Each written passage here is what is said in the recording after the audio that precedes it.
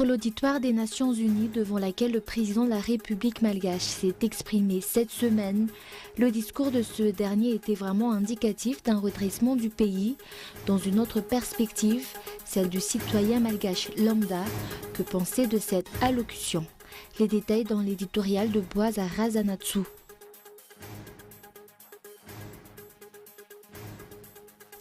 La valeur de l'arrière s'est appréciée entre 6 et 8% ces 3 derniers mois. L'augmentation du prix de la vanille est à l'origine de cette appréciation, outre le changement du cours des monnaies étrangères, notamment l'euro. En Allemagne, dernier jour de campagne législative, la chancelière Angela Merkel, par favorite et son rival social-démocrate, est toujours à la peine.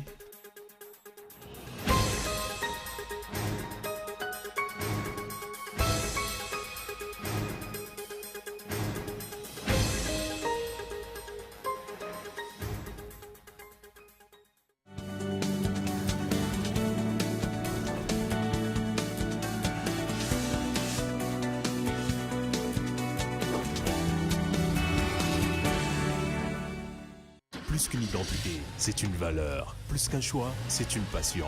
Le Salon de l'Auto 11e édition, organisé par le GCAM au CCI VAT du 5 au 8 octobre 2017. Nouveautés automobiles, rencontres professionnelles, achats de véhicules et accessoires. Participez à la tombola SMS en envoyant Salon Auto Espace non complet au 034 34 00 777 et gagnez une voiture neuve. Sponsor officiel Telma, partenaire officiel BNI Madagascar, Total Madagascar. Le Salon de l'Auto 11e édition au CCI VAT du 5 au 8 octobre 2017.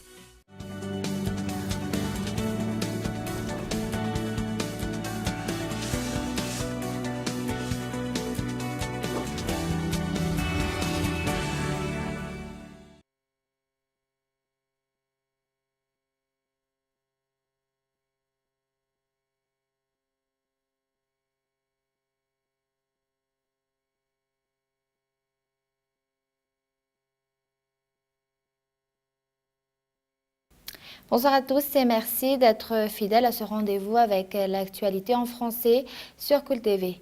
À la une pour l'auditoire des Nations Unies devant laquelle le président de la République malgache s'est exprimé cette semaine. Le discours de ce dernier était vraiment indicatif d'un redressement du pays dans une autre perspective, celle du citoyen malgache lambda. Que penser de cette allocution? Les détails dans l'éditorial de Boaz Razanatsu. Il y aurait donc eu une hausse de la performance économique de l'ordre de 4% cette année dans le pays. On s'attend à une augmentation de 5% l'année prochaine. Et comme l'optimisme est le mot d'ordre, une hausse de l'ordre de 6% serait au rendez-vous en 2020. Si tant est que la peste ne nous aurait pas tous emportés d'ici là, car en effet, ce cher pays dans lequel la performance économique serait si galopante est sur le point ou est déjà totalement envahi par cette maladie moyenâgeuse qu'est la peste. Au dire des grands titres de la presse locale cette semaine, des cas suspects de peste auraient été découverts à Manzakaray récemment. Bien entendu, l'information est à prendre avec des pincettes, mais il reste que la peste sévit à Madagascar en 2007. On ne sait pas si cette information a déjà fini par atteindre les autres sphères de la communauté internationale pour leur permettre d'avoir un certain recul sur ce qui est et sur ce qui se dit. Effectivement, des personnes ne vivant pas la réalité à Madagascar seraient tentées de croire, d'après le discours du chef de l'État, que Madagascar est en bonne voie de développement. Toutefois, celui qui voit sa vie régresser de jour en jour, qui vit l'insécurité au quotidien, ceux qui ont perdu 6 membres de la famille en une seule fois à cause des actes de banditisme, ceux qui sont en train de prier pour que la peste les épargne, ne se reconnaîtront certainement pas dans ce Madagascar décrit par le président de la République. On ne sait pas quels sont les critères pour mesurer la performance économique vantée par le président. On ne se permettra donc pas de remettre en cause l'exactitude des chiffres. On se demande toutefois en quoi cette hausse influe positivement sur la vie quotidienne de la population. Est-ce que cela ne voudrait pas dire plus à manger, plus de revenus au sein du ménage, une plus grande capacité à pourvoir aux besoins les plus primitifs comme de se procurer des médicaments Pour ceux qui n'ont pas fait de grandes études en économie, une hausse de la performance économique faudrait juste dire une amélioration de l'économie nationale avec des répercussions positives sur la vie de la population. Les chiffres, les explications mathématiques sont loin de la portée de cette population dont le taux d'alphabétisation ne cesse de régresser. On parle de concret et dans ce cas, 90% de la population que le président de la République est censé représenter devant la tribune pompeuse des Nations Unies ne se sont certainement pas concernés par ce discours. Si le président de la République faisait référence à la hausse galopante du niveau de vie d'une catégorie de personnes bien précise, là, ce serait un autre discours bien plus proche de la réalité qu'il dépeint. Et actualité politique, le parti Yarekisik se positionne contre une éventuelle révision de la Constitution. Pour ce parti, il faut prioriser l'élection présidentielle de 2018. Reportage. Les prises de position des partis politiques par rapport à la volonté du régime actuel de procéder à une révision de la Constitution se multiplient. À travers un communiqué, le parti politique Yarekisik a partagé sa position sur ce sujet brûlant. Ce parti politique constate que la population attend avec impatience l'organisation des élections en 2018. À cet effet, il constate qu'il appartient au futur président de procéder à une révision de la Constitution en cas de besoin. De cette manière, nous aurons du recul pour procéder à une révision de la loi fondamentale en conformité à l'aspiration populaire et à l'évolution de la situation politique nationale et internationale. Quoi qu'il en soit, le parti Yarekisik de Camille Vital prévient déjà qu'il est formellement interdit de modifier la durée du mandat du président de la République. Ceci étant, le parti Yarekisik estime qu'il faut fixer dans les plus brefs délais le calendrier électoral pour que tout le monde puisse s'y préparer. Il recommande également de prendre les leçons du passé afin de mieux avancer vers un avenir plus brillant. Et outre le parti Yarekisik, le parti libéral-démocrate dirigé par Sarah Abearsou soutient également que la révision de la Constitution n'est pas la priorité du moment, notamment face aux difficultés que font face la population. Reportage de Ounassen. La formation politique de Sarah Abearsou se positionne contre le projet du régime actuel de procéder à la révision de la Constitution. Pour ce parti politique, la période actuelle n'est pas opportune pour réviser la Constitution.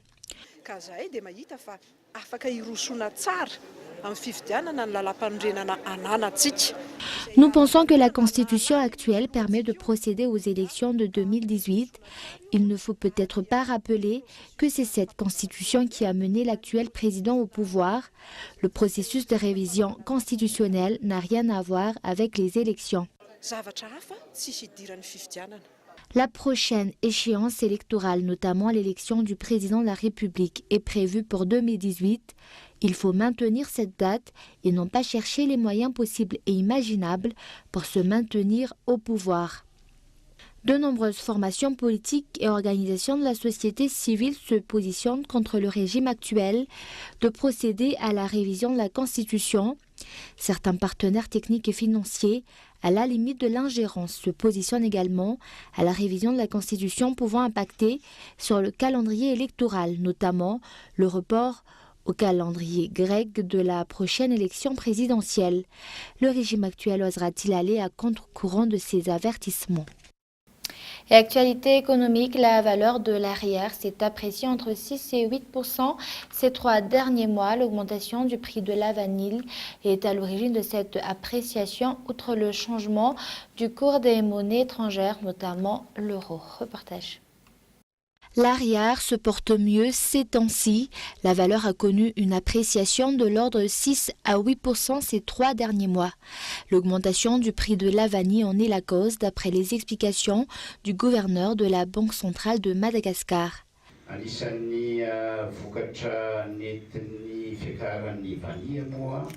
L'appréciation de l'arrière de ces 3 derniers mois est le fruit de la hausse des prix de la vanille, mais aussi par rapport à l'euro et au dollar.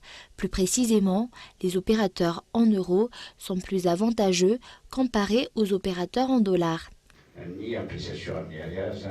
Par ailleurs, la variation des autres monnaies internationales est à l'origine de cette situation, mais ceux qui ont exporté des marchandises en euros ont obtenu plus de gains que ceux qui ont fait des transactions en dollars. Cette appréciation de l'arrière présente ainsi des effets sur la compétitivité pour les exportateurs, notamment ceux qui agissent dans le marché de l'AGOA. Et sur un tout autre sujet, les bouteilles en plastique peuvent être utilisées comme matériaux de construction tout en contribuant à la propreté de la ville et à la protection de l'environnement. La compagnie de danse MyCrew à Tamatave lance un projet de construction de village avec des bouteilles en plastique. Reportage de Gaëtan Angianslav. Recycler les bouteilles en plastique, c'est possible et les possibilités sont infinies. Articles de décoration, pots de fleurs et autres ustensiles dont on a besoin au quotidien. Mais les bouteilles en plastique peuvent être utilisées pour fabriquer une maison. La compagnie de danse MyCrew à Tamatave lance un projet de construction d'un village en utilisant les bouteilles en plastique.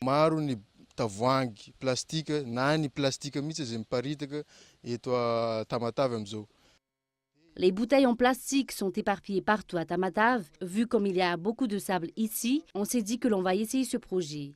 Cette maison que l'on va construire sera la première construite avec des bouteilles en plastique. Ce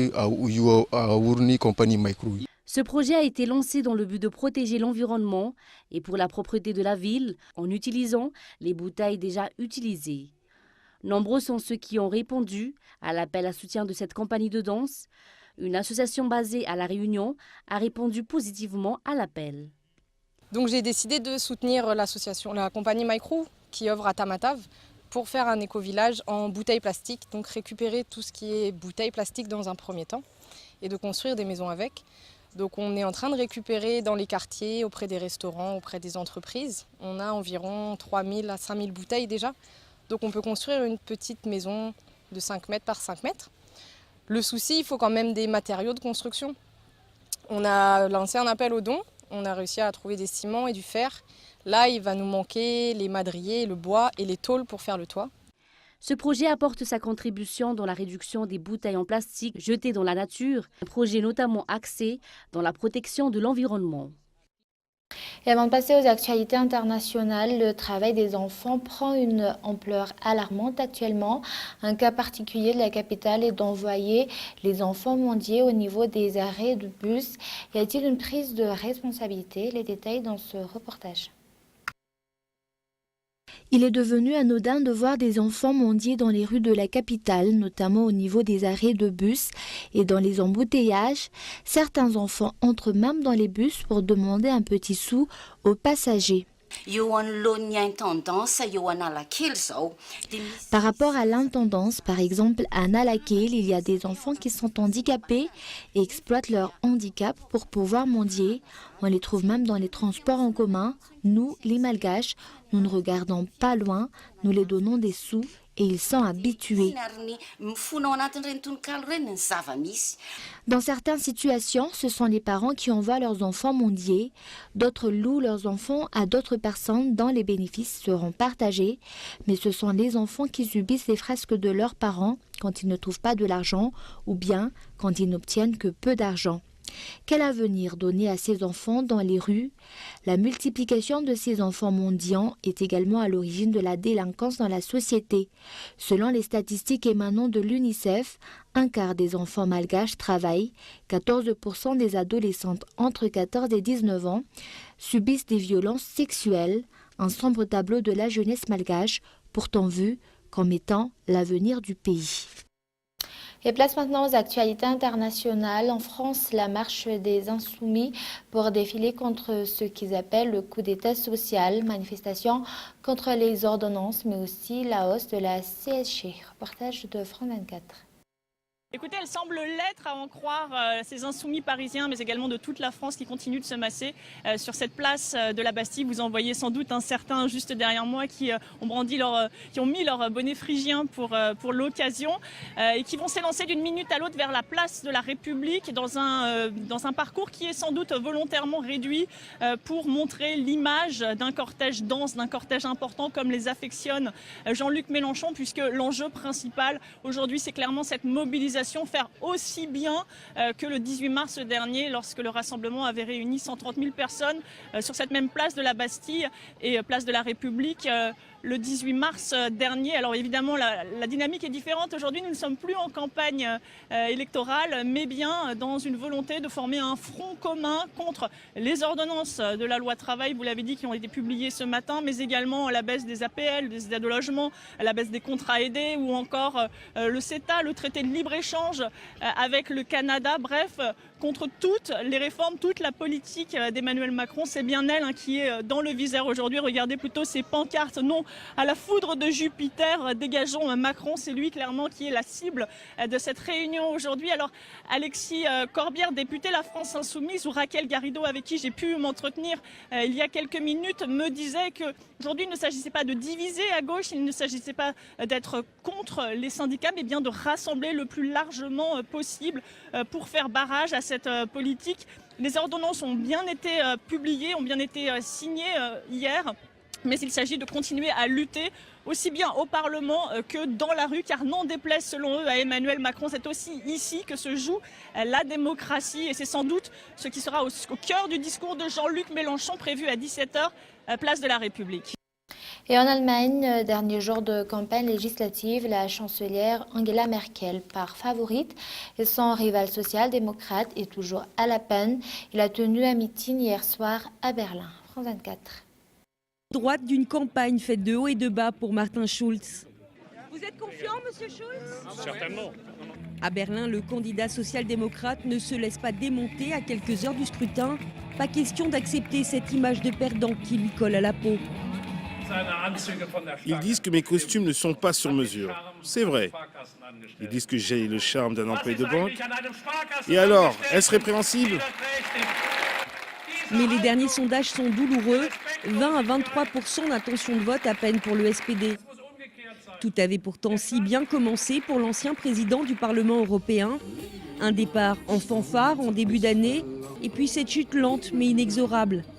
Même si elles veulent encore y croire, c'est la déception pour ce groupe d'amis. Ça n'a pas été facile pour lui de trouver ses marques en Allemagne. La politique telle qu'on l'a fait ici, ce n'est pas comme au niveau européen. Il a fait une bonne campagne. Mais nous n'avons peut-être pas assez mis en avant toutes les bonnes choses qui ont été accomplies grâce à nous au sein du gouvernement. Martin Schulz a souffert de l'effet grande coalition. Le SPD a participé au gouvernement ces 4 dernières années. Difficile dans ces circonstances d'attaquer de front la chancelière Angela Merkel et de se démarquer. Pour ce journaliste, il n'a pas assez joué de sa stature internationale. Martin Schulz connaît tous les dirigeants européens. En tant qu'ancien président du Parlement, il connaît tous les dossiers. Et pourtant, il n'a pas su saisir cette chance. Il a joué à fond la carte de l'ancien maire qui comprend les petites gens.